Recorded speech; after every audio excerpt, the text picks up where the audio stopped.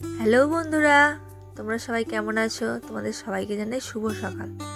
আজকে আমার সকালটা খুব একটা ভালো নয়।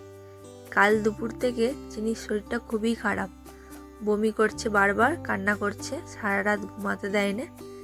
এই সকাল হতেই ওকে নিয়ে ডাক্তারখানা বেরিয়ে পড়েছি। আমাদের ডাক্তার দেখানো হয়ে গেছে। সুমন আমাদেরকে ডাক্তার দেখিয়ে দোকানে চলে গেছে। আমি আর চিনি টোটোই করে বাড়ি ফিরছি।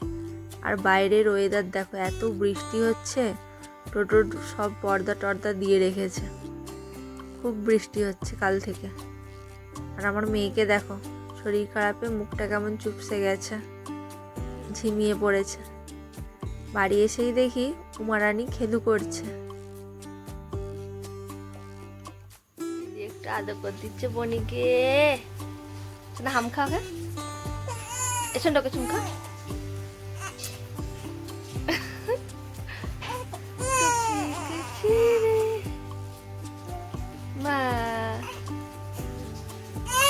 আজকে দুপুরের মেনুতে ছিল ডাল, সুইনি শাক ভাজা, পটল দিয়ে আলু দিয়ে, মোরলা মাছ দিয়ে ঝাল। মেয়েকে নিয়ে আজকে ব্যস্ত ছিলাম, আজকে একটু রান্নার কাজে হাত দিতে পারিনি। আমার শাশুড়িমাই আজকে সব করেছে। এ দেখো বাইরে এত বৃষ্টি হচ্ছে কাল থেকে, কখন থামবে কি জানি। আর এই যে দেখো, এখানে আমাদের উমারানির, তারপর চিনির, আমার সব মেলা আছে। এই মোটা মোটা কাঁথাগুলো কবে শোকাবে তার ঠিক নেই। সব বমি করেছে, আমার সব নাইটিতে, কাঁথাতে এত বমি করেছে কাল। আর বাইরে দেখো বৃষ্টি হয়েই যাচ্ছে।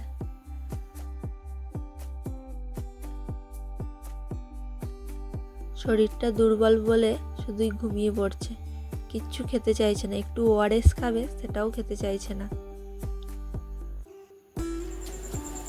তারপরে সন্ধ্যেবেলা একটু চা করছি, ঠান্ডা ঠান্ডা ওয়েদার, সবাই মিলে একটু চা খাবো।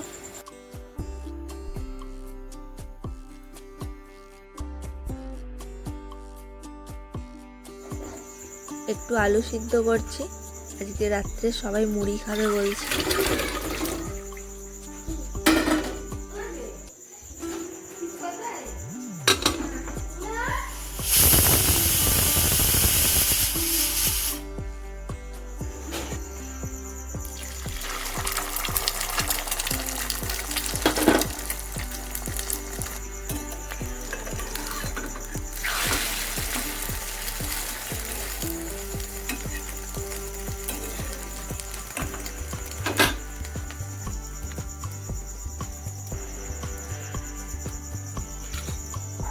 আমি আর চিনি গরম ভাত খাবো বলে প্রেশার কুকারে একটু ভাত করে নিলাম, কিন্তু চিনি ঘুমিয়ে পড়েছে।